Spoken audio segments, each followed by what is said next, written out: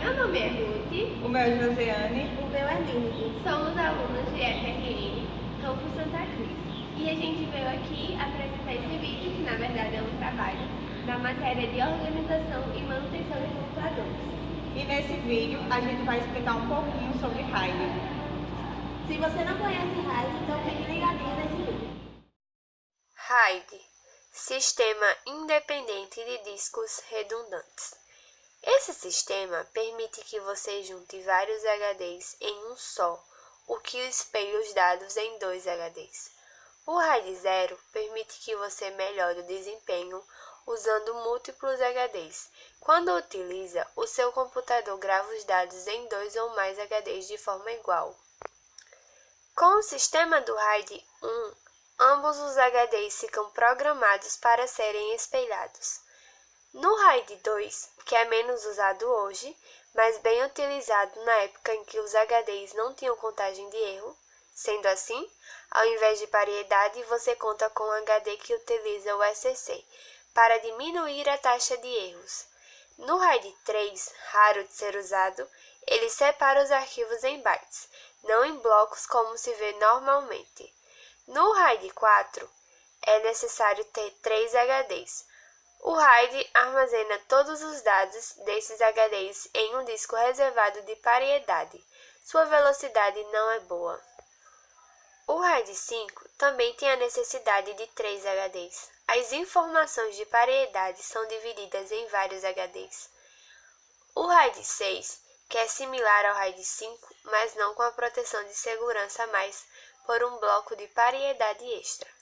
O RAID 10 ou 0+1 divide os dados em discos primitivos e espelha os dados secundários.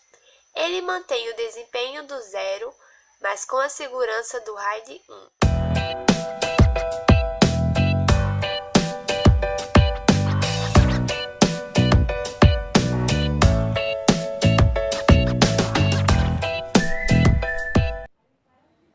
Agora vamos falar das vantagens e desvantagens do RAID.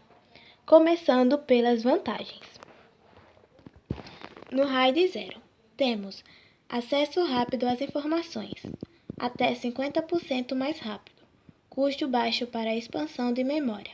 Então temos alta capacidade, velocidade e segurança. No RAID 1, caso algum setor de um dos discos venha falhar, basta recuperar o setor defeituoso copiando os arquivos contidos do segundo disco. Segurança nos dados com relação a possíveis defeitos que possam ocorrer no HD. No RAID 2, usa SCC, diminuindo a quase zero as taxas de erro, mesmo com falhas de energia.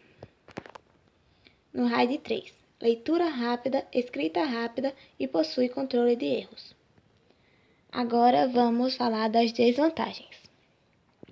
No RAID 0, caso algum dos setores de algum dos HDs venha a apresentar perda de informações, o mesmo arquivo que está dividido entre os mesmos setores dos demais HDs não terão mais sentido existir, pois uma parte do arquivo foi corrompida, ou seja, caso algum disco falhe, não tem como recuperar e não é usado paridade. No RAID 1, custo relativamente alto se comparado ao RAID 0. Ocorre aumento no tempo de escrita e também não é usado paridade. No RAID 2, hoje em dia há tecnologias melhores para o mesmo fim, dependendo da configuração e necessidade da empresa. Era necessário a mesma quantidade de discos SCC para discos normais, isto é, desperdício de espaço que poderia ser usado para dados. No RAID 3, montagem difícil via software. O RAID 4, ele possui a taxa de leitura rápida e possibilidades de aumento de área de discos físicos como vantagem, e como desvantagens, ele tem uma taxa de gravação lenta, tecnologia não mais usada, por haver melhor para o mesmo fim. O RAID 5, como vantagem, ele tem operações de leitura, são muito rápidas. Em caso de falha de um disco, os dados continuam íntegros e acessíveis. Como desvantagem, o RAID 5 ele possui falhas em discos que podem causar impactos na performance da operação, como, por exemplo, escrita e leitura.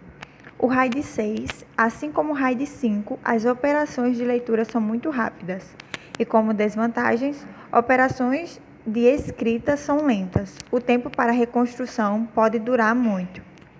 O RAID 0+1, como vantagem, o tempo de reconstrução é pequeno, pois a controladora RAID apenas copia os dados dos discos saudáveis para o novo disco inserido.